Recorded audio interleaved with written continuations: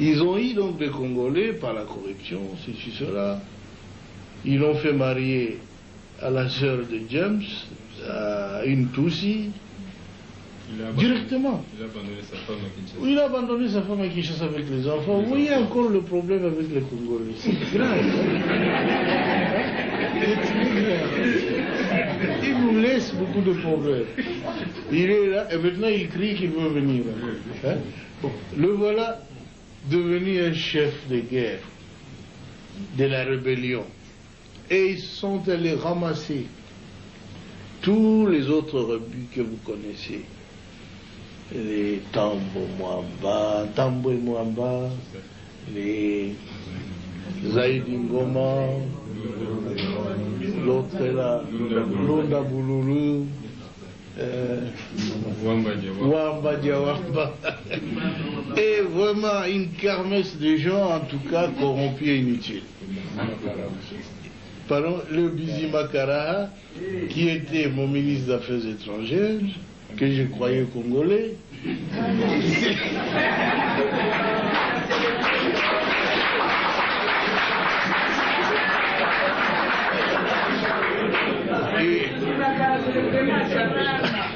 à ma très grande surprise, quand j'avais demandé à cette armée de se retirer, et avait déjà fermé des valises, ils disent, leur armée se retire, ils se sentent en insécurité.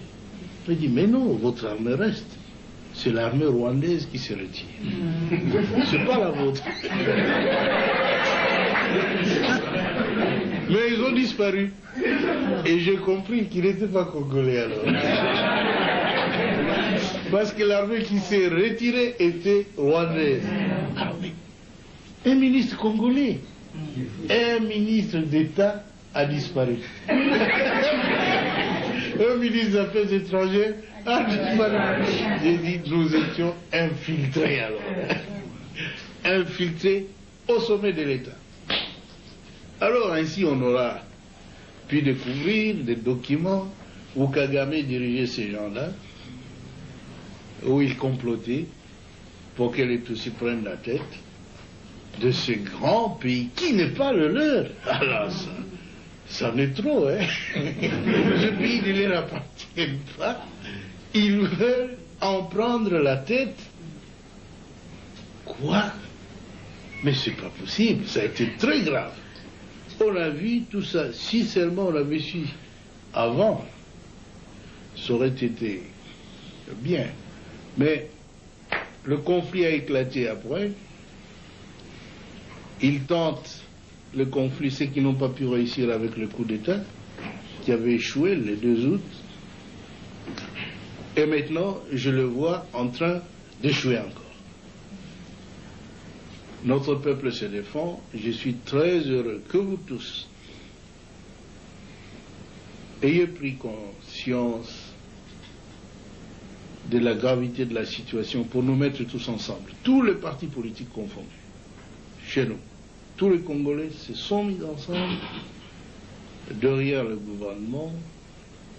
Ils m'ont soutenu, je dois l'avouer très sincèrement.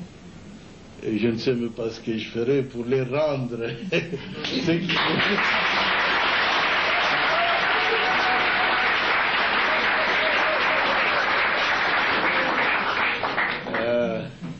Mais ce que je dois vous assurer, c'est que je suis un soldat du peuple et je ferai mon devoir jusqu'à mon dernier jour.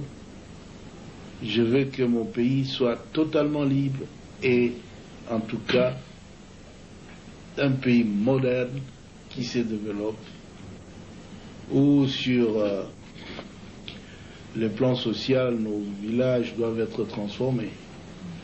Parce que tout le monde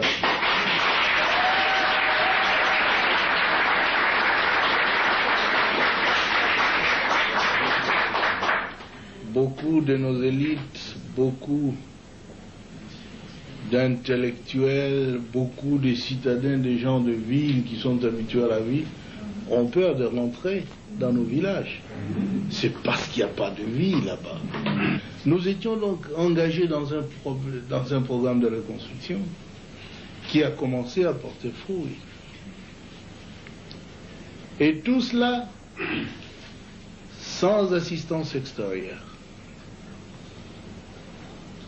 Parce que les habitudes politiques en Afrique, c'est qu'on doit attendre de l'aide de la France, des États-Unis, de l'Union européenne, de la, de la Banque mondiale, de ceci, cela.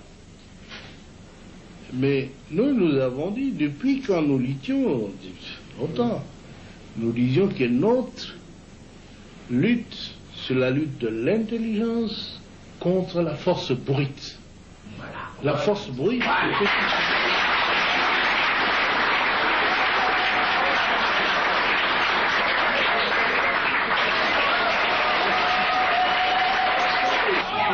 nous disions alors dans un des congrès au Maquis où il a participé en 1976 que parce que nous avons tout dans notre pays, nous ne pouvons même pas les demander de l'assistance de l'Europe.